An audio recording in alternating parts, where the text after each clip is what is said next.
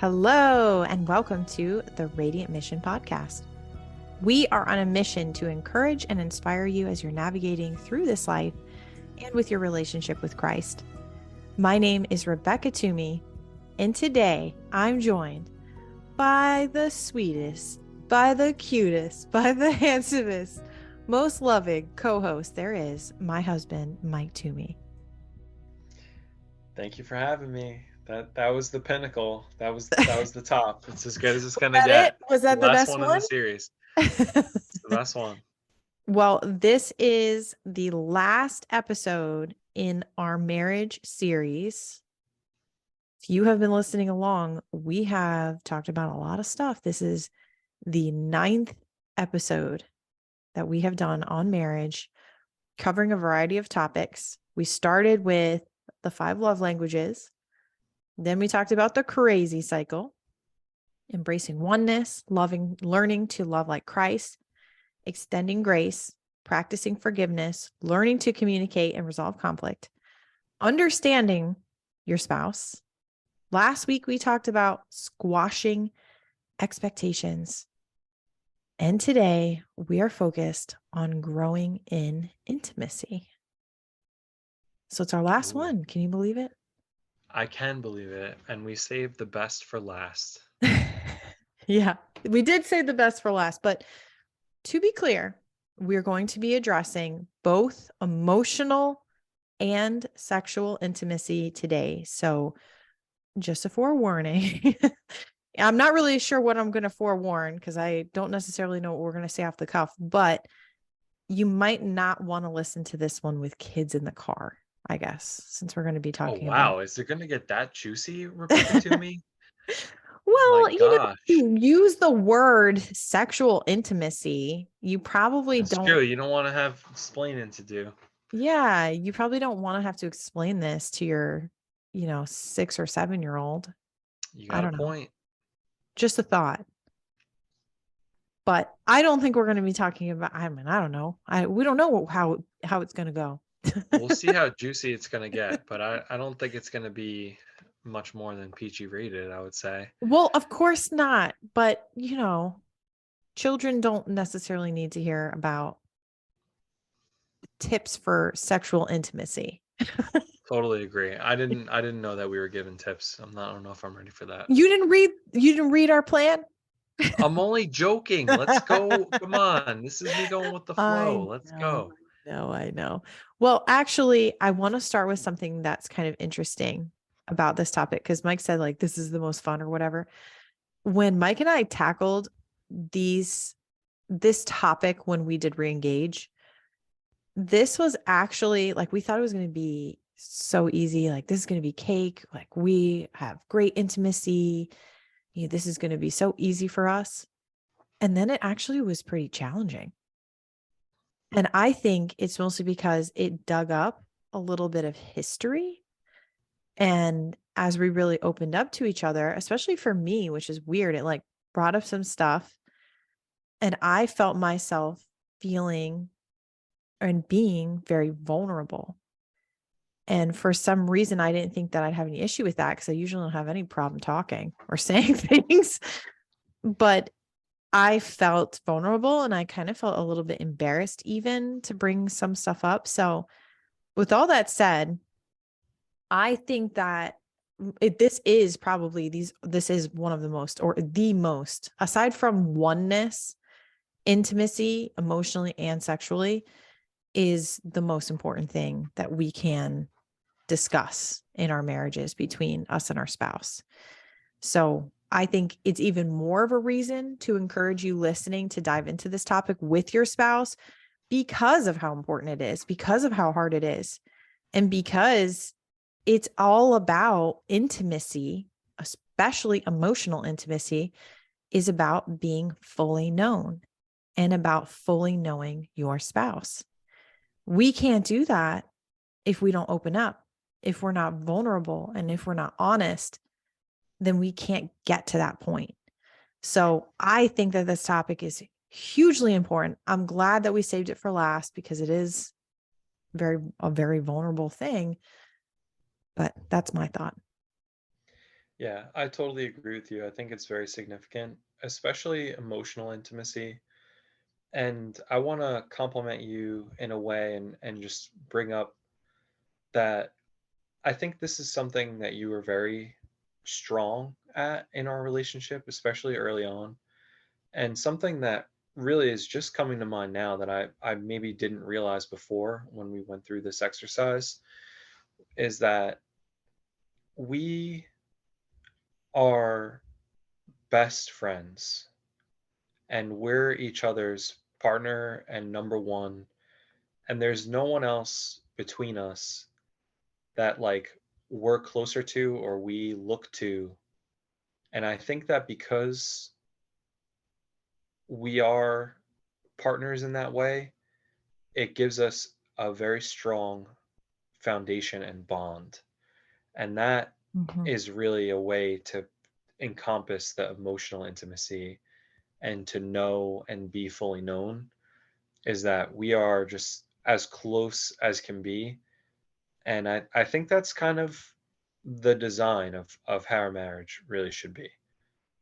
Yeah, definitely. I definitely agree with that, especially from the best friend aspect, that in order to truly be best friends with somebody, they need to know you and you need to know them. And sometimes outside of marriage, like let's say friendship relationships with other women with women, for example, men with men, you guys never tell each other anything. So I don't know how you could ever be best friends. We hardly even talk. Men don't talk about anything. I mean, the deep stuff. I think it's more likely for two women to be actually best friends because we are naturally more vulnerable and more open. And there are a lot of women out there that feel that a girlfriend is their best friend because they can't talk to their husband about certain things or they don't. And so this is where I think Mike and I would both like to encourage you, if you're listening, you can only change you. You can only change the circle. And so it starts with you. You have to be willing to be vulnerable. And in your vulnerability and in your opening, you can encourage your husband or to open up to you in return. And I think that that's what happened with us because you were very closed off. And a lot of the deep stuff, we joked about this when we talked about this for our class, but it talked about the skeletons in the closet. And, you and I have this joke that like when we first got together, all the skeletons in your closet would like the door would pop open. There's so many and they fall out everywhere and you'd be stuffing them back in the closet. And so a lot of it was like me finding out things or discovering things versus you telling them to me. But over time, you became more comfortable talking to me and telling me things and talking about and being more vulnerable about that kind of stuff. But I feel like it probably started with the fact that I was so open and willing to spill all my garbage to you and my past and all of the things that I wouldn't just share with anybody. I shared them with you and it made you feel more comfortable over time sharing with me. So that's why I want to encourage those listening. It starts with you. You've got to be the first one. You can't expect the other person to be open if you're not open. Agreed. Your openness definitely helped me to be the same way and to be open. And also, if you didn't flip out on me and leave me with all the things you found out, then a couple more things to add onto the pile couldn't possibly get any worse. So, Well, that's the other part about this idea of intimacy that I loved that we really talked about was that we've already been found out by God. He already knows all of our skeletons in the closet. mm, He already knows about all of our trash. He knows us and our sin and our past, and he accepts us no matter what. And in Romans 5, verse 8, it says, but God shows his love for us that while we were still sinners, Christ died for us. You know, a very tangible expression of God's love in our life is the love and acceptance that we receive from our spouse, especially when we let them see the not so great parts of us. And so it kind of circles back to that. It does circle back to that idea that God loves us anyway, even though we're little specks of dust. we're nothing, essentially.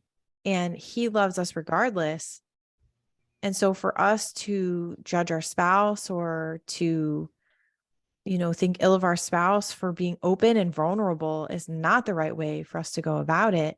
And it's also not the way that we're going to learn our spouse. And, you know, there is a cost to intimacy.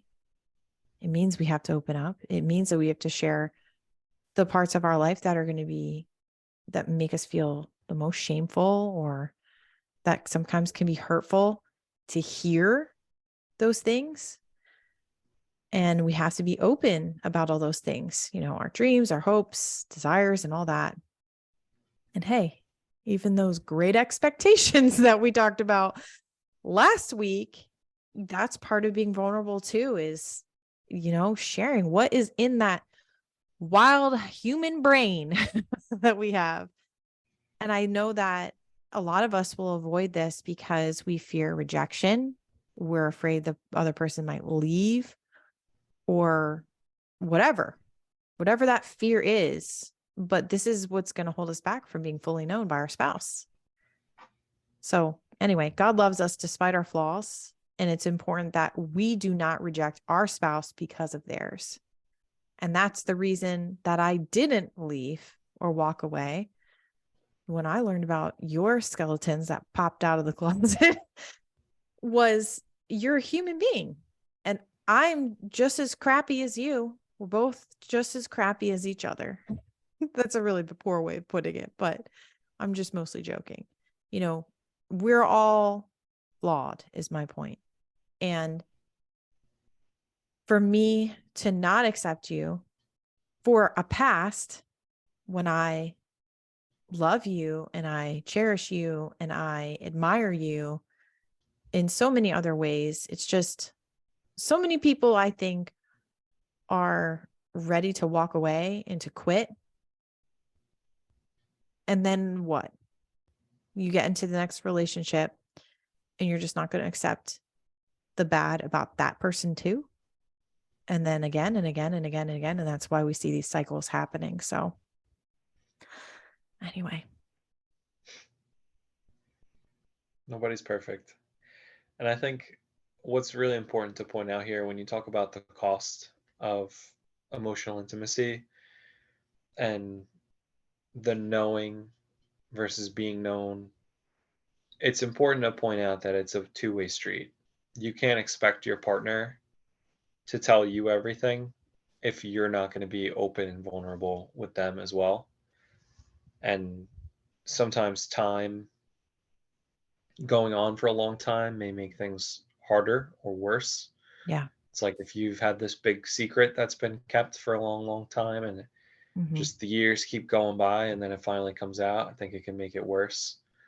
Finally So, pops out the night yeah, before you have when your that baby. skeleton finally pops out, that could be really bad.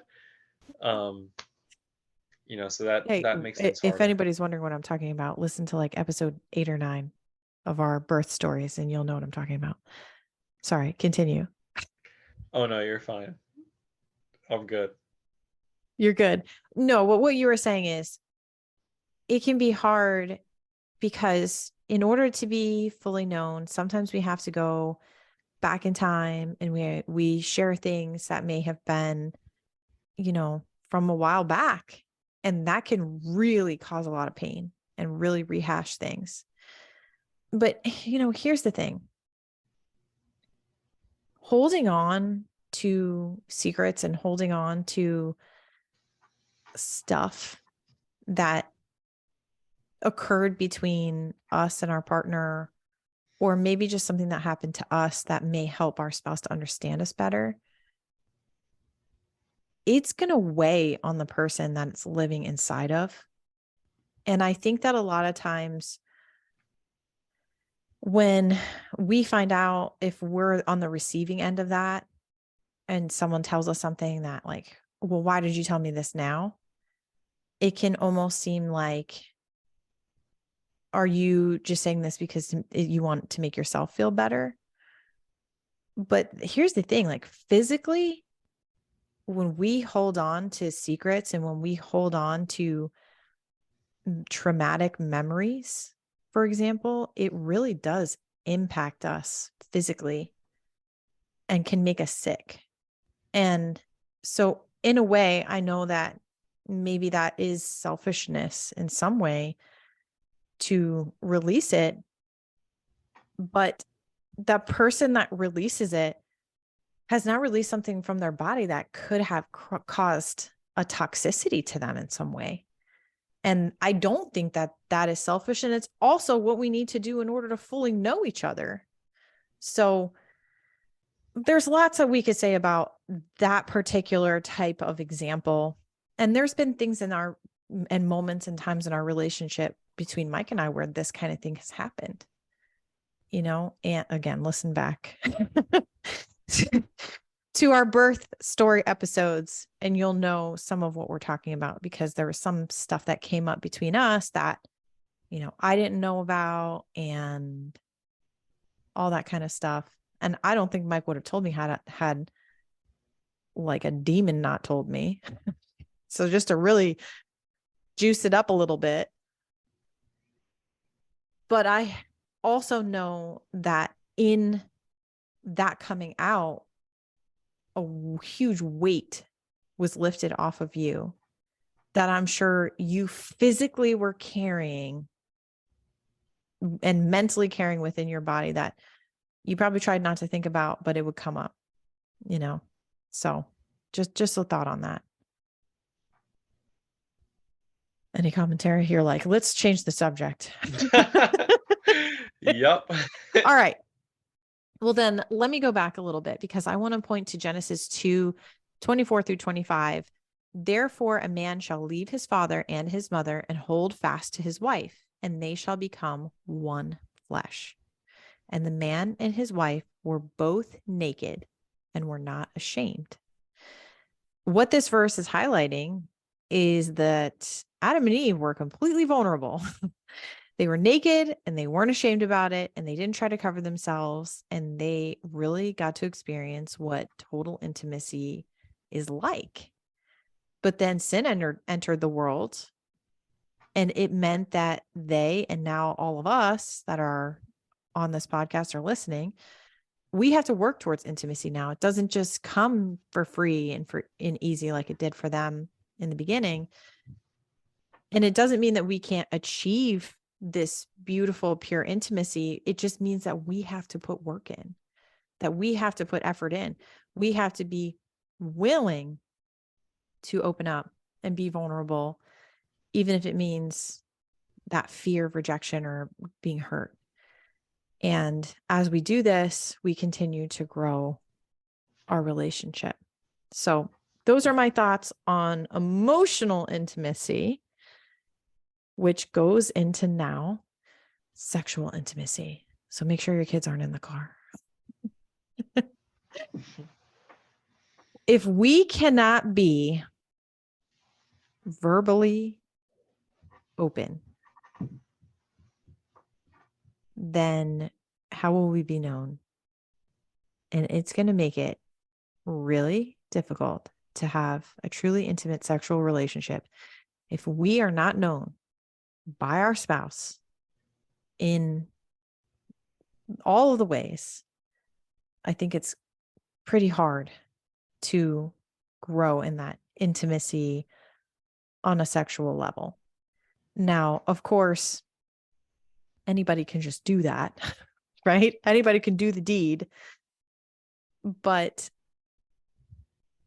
when we really know each other and we really fully embrace and love each other, it's so different. You and I talk about this all the time, that like how our relationship has changed in that area. Like it's always been great, but now it's just so different because we're so close, and we're close in an emotionally intimate way. And that increases the benefit on the other side, if you know what I'm saying. I You do. know what I'm I'm saying. picking up what you're putting down. It's really something that is so special and that I know only we could share with each other. And I think the real thing that took us to the next level and really is just so beautiful and a gift from God is to have children together. Is that we have literally created life, and that is just the most special thing, and really God's design, God's beautiful design. And it's just amazing, and it really, there's no greater intimacy to me than that we have children together that we created. Mike really likes creating children, if you haven't noticed. Yes, it You like being a definitely, mommy. what? You like being a mommy, I said. Yeah, it definitely is a perk, and it definitely is what the Lord is calling us to do, is to fill our quiver, and we're working on it. We're listening. But one of the best points that I personally felt in the entire Reengage book was when they said, quote, all of marriage is foreplay. It's so true. The way that we communicate with each other, serve each other, show respect, love, all of the ways that we interact with each other in our marriage trickle into sexual intimacy. And so the better our relationship is with each other, the more we understand each other, the better we resolve conflict, the better we get along, the better that's going to be. So I thought that was a really I great point. loved that they put that in there. I thought that was absolute brilliance and so true, that all of marriage is foreplay, because everything that you do and the way that you interact in your daily life, if you're doing great together and you're treating each other really well and being generous with each other and loving each other and being sweet and tender and romantic, that's all going to feed into being sexually intimate. It's like if your only focus is on the physical, you're missing a lot of what else you need for a healthy relationship and a healthy marriage. So I really loved that, and I hope to emulate that in my everyday life, and not for the end goal either, because that's not Yeah, what it's right. about. Just kidding. No, not just because there could be a payoff at the end, that's not what it's about.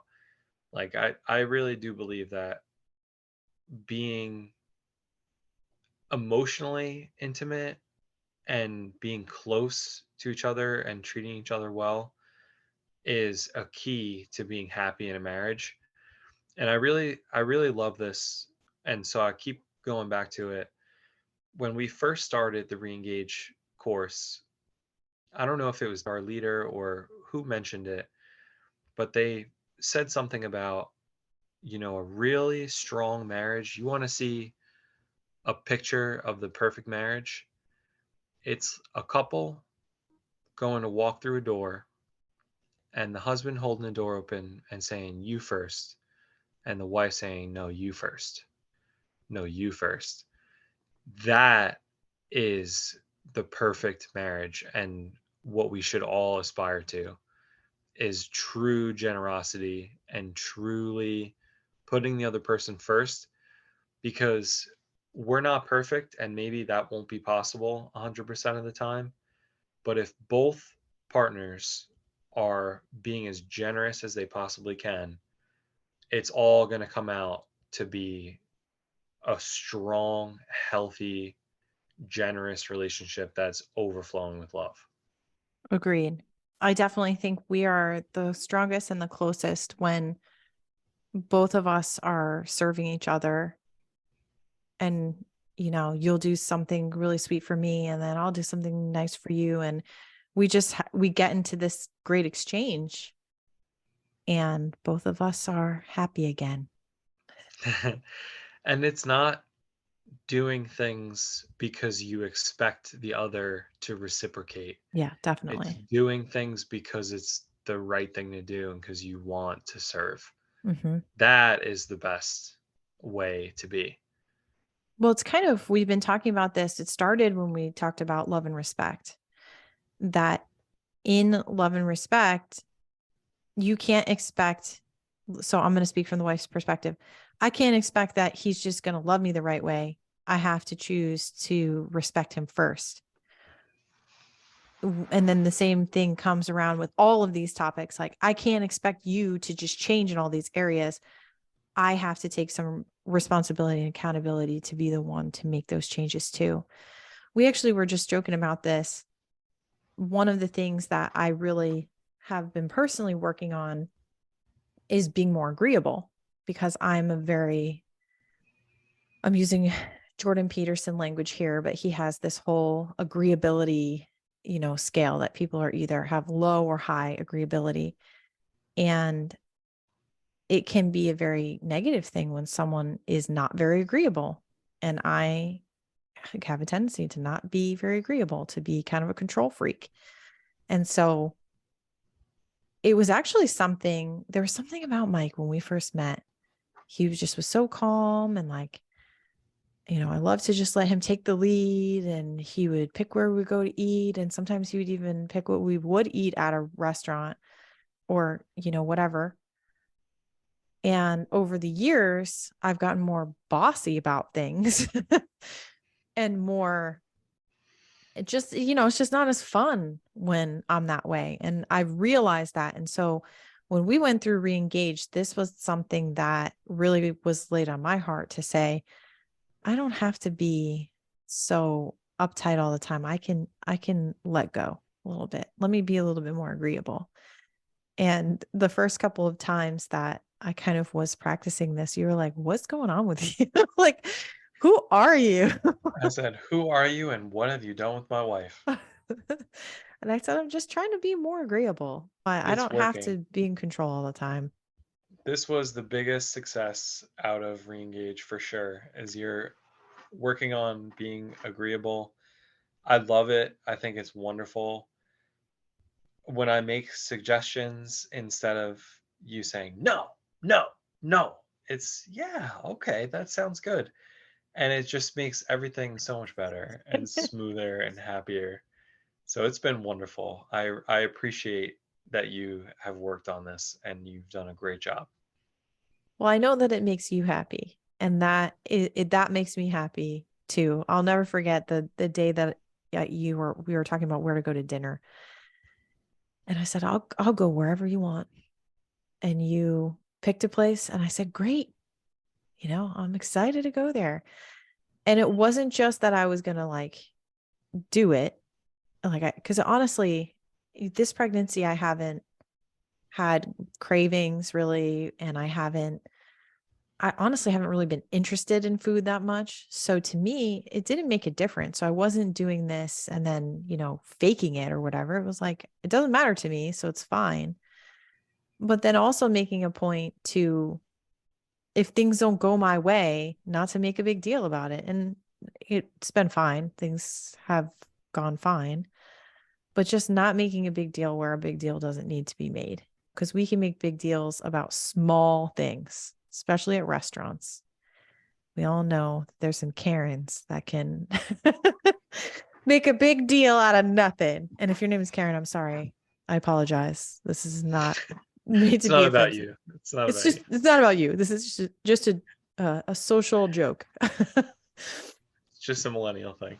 Yeah, well, I think the whole world knows about this joke now, but the point is, I didn't go into re-engage to change you.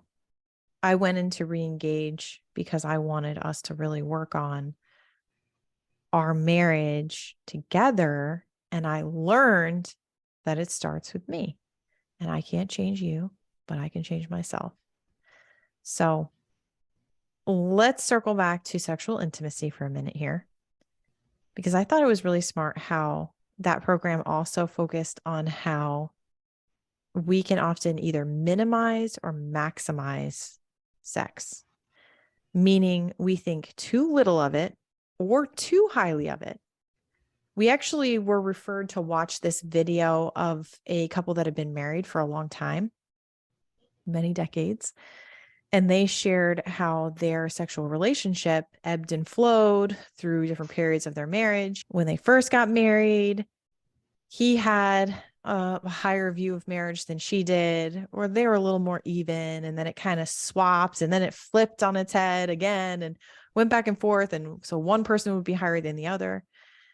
And I think that it was interesting to see that perspective, because it's a good reminder that life changes as we grow together. And if we minimize sex or use it as a bargaining chip, we can hurt our marriage. And on the other side of that, if we maximize our view of it and obsess over it, we can also hurt our marriage. So it's really about finding that healthy balance, but most of all, communicating with our spouse about sexual intimacy and what that looks like, or what we want it to look like, being communicative instead of hiding in the corner, not talking or not being vulnerable. But those are a couple of thoughts that I thought really stood out to me. Agreed. I thought it was really important to point out that sex can be either over minimized or over maximized, and that you really need to find the healthy balance. And the healthy balance may be different for every couple. Mm-hmm. What the healthy balance really is between partners Yeah. for to figure out. Yeah. And I'll say, for me, like, I think my whole life as a boy was over maximizing sex, and just like that was one of the prime goals of everything. And if you really place that above everything else, you can really lack and cause a lot of problems. You need the intimacy, and your relationship needs to be grounded on more than just the physical. That's Mm-hmm. not the most important thing. There are other things, and when the other things are right, the physical will be there too. Yeah. It's true. It's true. I had a hard time with kind of assessing where I was, because I didn't feel like I definitely didn't minimize it, but I also don't think that I obsessed over it. I felt like I was pretty on a healthy scale, and you and I did. This was why I was excited to go into this originally, was because I felt like we have a great communication in this area, that we are like on the same page and everything like that. And that Agreed. was also what was interesting about what happened in the story that we talk about in our birth story episodes. Was, oh man, really want you guys to go listen to it. I don't want to give it all away. But what I found out during that was Mike was looking at some stuff, and that was very shocking for me, because we were great in this area. And I think that stemmed from perhaps your over maximization of it, that I don't know, that there was something that was there. But this kind of leads to another interesting point that was made in the book about what the proper view of sex is within a marriage. And that is that actually what I wanted to go in was what's permissible, because that's kind of where this was leading. So maybe I'll go back. I'm going to skip the proper view and I'm going to go to the what is permissible in the bedroom for Christians, because it's worth sharing and it pertains to our situation as well. That the first thing is that it cannot involve others. Sex was designed to be enjoyed between a husband and a wife. Involving others, whether that is physically, visually, or even in thought, is adultery. And the reference here is Matthew 5:28. And I think that this is an important thing, an important point for us to talk about. We would be remiss to just like rush by this, because I know that pornography is a huge thorn in the side of many marriages. And it was something that came up for us. And it was very hard. Like when we went through the whole thing on forgiveness, like it all got drudged back up for us. But it was a very difficult and challenging thing. And I think that this is something that as couples, it is important to discuss and to talk about, that within the bounds of a Christian marriage, it's not okay. And it is not something that should be brought in to the relationship. And yeah, that's what I'm going to say about it. Yeah, I totally just second everything that you had to say. And that is, I think, a result of over maximization of thinking about sex. And it's definitely, there's no excuse for it in any relationship. There's no excuse for it, but especially between us, there's like really, you give me no reason to seek anything else. And I think that that's really important in a marriage too, is that you fill each other with everything that you need, so there's no excuse. There wouldn't be an excuse even if there was, but it's just so hard, and it really takes away from your relationship. It can really take away from your intimacy. It takes away from your energy. It's sinful against your own body, and it's just something you got to get right with. Yeah. I actually have been thinking, and likely will at some point do an episode or maybe even a series on the dangers of pornography or whatnot, because I've just come across so many couples that have their marriage has gone to shambles or worse because of this. And really even talking about the dangers of it and what happens to, I'm just using men as a reference point here. This happens to women too, but what happens to your brain, the connections that your brain is able to make, and how it destroys that connection and opportunity for intimacy over time. Do you remember what that series was called? There was a series that we watched a while I back don't. on. I don't. There's a series out there. There's many that are popping up because this has become such a huge thing in our society, with now the internet just running rampant with everything. And people are starting to see the psychological impact, negative impact that this is making on marriages and men, and really the ability for people to even be together at all, because it's destroying connection between people. So anyway, this episode is not about that, but I'm considering doing something on that. So if you're interested, let me know, and I'll continue to pursue some guests that can be experts on the topic for us. But back to this list about what is permissible in the bedroom as Christians. So the first thing was that it can't involve others. The second is that it cannot be selfish or hurtful. And the third is that it cannot violate your spouse's conscience. And this means that even if something isn't specifically mentioned in the Bible, it is wrong for you to ask your spouse to do something that they think is wrong. So even if the Bible doesn't spell out everything, you guys, like it doesn't explain every single little tiny thing. But if your spouse feels a conviction that something, it doesn't feel right for them, you have to honor that. So I felt like those, what is permissible list was really powerful and worth sharing on this episode.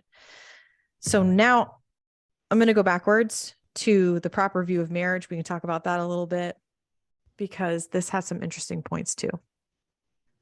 So now let's talk about the proper view. Number 1, sex is good. Number 2, your body is good. Number 3, sex is a gift to be enjoyed. And number 4, sex is an opportunity to glorify God. 1 Corinthians 10:31 says, so whether you eat or drink or whatever you do, do all to the glory of God. This one was the funniest when you and I talked about it, because you're like, of all of the things that were listed, I never thought about sex as being an opportunity to glorify God. No, it's definitely not the first thing that comes to mind when that time is coming. But I think that it is a really beautiful thing to remember. And it also is a reflection of God's design for marriage, because God does give husband and wife as a gift to each other. And there are some other verses that talk about how the woman should yield to her husband and the husband also yields to his wife, and that we're a gift for each other, and that you shouldn't hold back from each other except maybe for a time for to focus on prayer, and then when that time is over to come back together, so that you're not victim to temptation. Like I thought that was very specific to say you should be for each other, and then even if you take time apart, focus on prayer but come back together, because there's temptation out there. And then there's also just so many things about being fruitful and multiply, and that children are an arrow in your quiver, and that it's a beautiful gift from God. Again, we've talked about this for the entire marriage series, right? That God's design is a man and a woman come together in marriage to become one, and we're made in his image, that when we come together we emulate him. And this is part of it. God made this wonderful design for us to come together, and it's not only pleasurable, which it is, but it also creates life, which is just the most beautiful thing there could ever be Yeah. when done in the right context, But it especially. doesn't always create life. And that is something that is important to point out too, that it's okay, because there's going to be a season where we're not, when we're going to grow old and gray. And that's not the purpose of what we're doing, is procreation. That also, which the way it was phrased was sex is a gift to be enjoyed, that God did give us this gift to enjoy with each other and to reinforce that oneness together without the childbearing part of it too. So just wanted to throw that out there. Certainly. Absolutely. There was actually a really great quote that came from the book. Sex is a powerful God-given gift to married couples that is intended to move you toward oneness. Be sure to enjoy the gift and not ignore it or obsess about it. Mm. So it's kind of that balance again, but also it brings us back to that idea of oneness. It's all about that same goal. So as we're closing out today, I want to encourage everyone listening to be open and allow your spouse to know you, because when they know you, they know you. And then you know them when you know them. But it also allows for the second half of this discussion to grow and develop too, because when we're known, we can really be vulnerable in all areas. And my biggest hope is that this marriage series has been a blessing to you listening. And I hope you've gotten some tidbits out of it, aside from just Mike and I's juicy stories.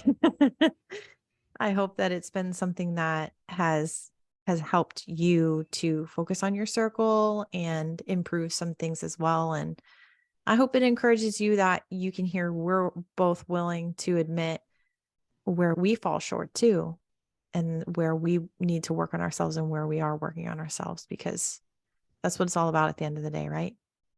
Absolutely. All right. Last and final thoughts on growing in intimacy. I would just say that this really, all the things that we have talked about up until this point build a foundation for intimacy. And intimacy is almost like the cherry on top of the cake. It's a beautiful gift that we get to share. And it can't be the first thing, it can't be the most important thing, it can't be obsessed about, like you mentioned. And all of what we have gone through in this series builds, and this is the payoff. This is the sweet cake at the end that you get as a gift when you have a strong, healthy, happy marriage and you treat each other with love and with grace and kindness and love and respect. And I really do hope that everyone gets something from this series, and we encourage you to go and take this class if it's offered at your church, or to seek it out and work on your marriage. Even if it's good, work on your marriage.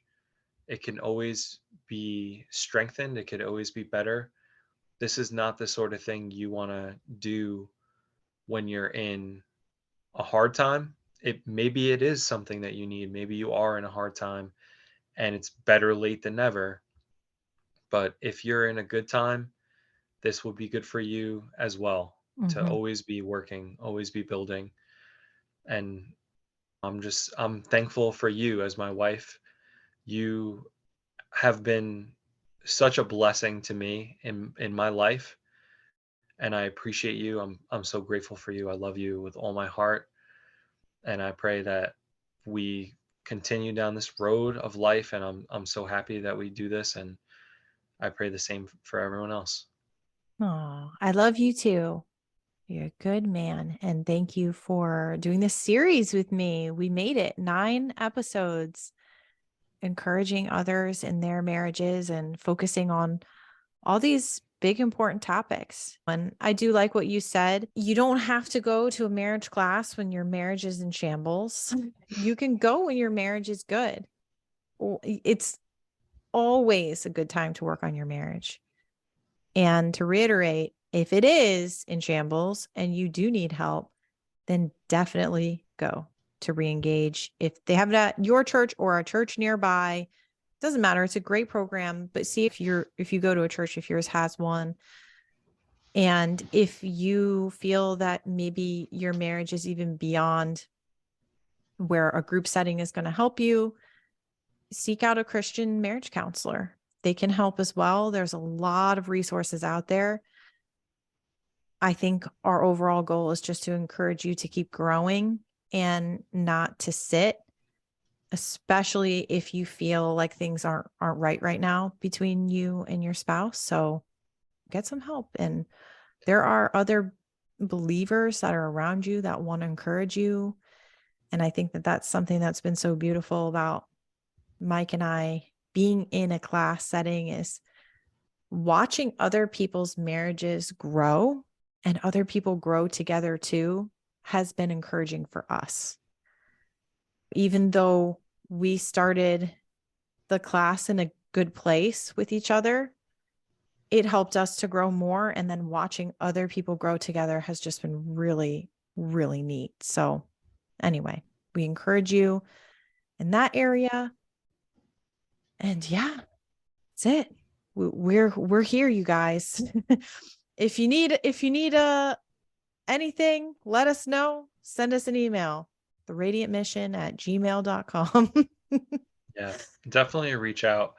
I want to just like really drive that home what you said, that if your marriage needs help, seek that help and work on it, because this is something by God's design, and you are in a covenant to love each other till death do you part.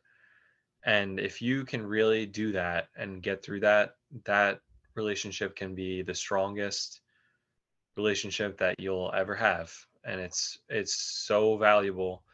And especially when there are children involved, there is so much to find grace and have forgiveness and focus on your circle. Because if you focus on yourself and how you could be better and stop thinking about what is wrong with the other person, you may realize that things aren't as bad as they seem, and that you may be being torn apart, and it's not the way it's meant to be. Well, just a final reminder on what you said. The enemy seeks to destroy. He creeps around and seeks to destroy, and there is nothing that he wants to destroy more than your marriage, because it is God's design, and he doesn't want that. He wants you to be out there sleeping around with everybody, seeking meaningless relationships, destroying your family. So just remember, if your marriage is being pressed, it's the enemy who is pressing that marriage. And don't let him win, man. Don't let him win. Listen back to our episodes on spiritual warfare for more on that and how that whole thing works. But yeah, he wants you weak and alone. He does, definitely. Well, that's it. Thank you guys for tuning in. Thank you, honey, for being here for this series. I appreciate you. Thank you so much for having me. I love you. Of course. Love you too. And thank you for tuning in and for being on this journey. If you'd like to follow along outside the podcast, you can join the mission on Instagram or Facebook at The Radiant Mission. You can also watch this podcast in video format on YouTube. And today we're going to close with a verse that Mike mentioned earlier. It is 1 Corinthians 7, verses 3-5. The husband should fulfill his marital duty to his wife, and likewise the wife to her husband. The wife does not have authority over her own body, but yields it to her husband. In the same way, the husband does not have authority over his own body, but yields it to his wife. Do not deprive each other, except perhaps by mutual consent and for a time, so that you may devote yourselves to prayer. Then come together again, so that Satan will not tempt you because of your lack of self-control. We're wishing you a radiant week, and we'll see you next time. Bye, everyone. Bye-bye.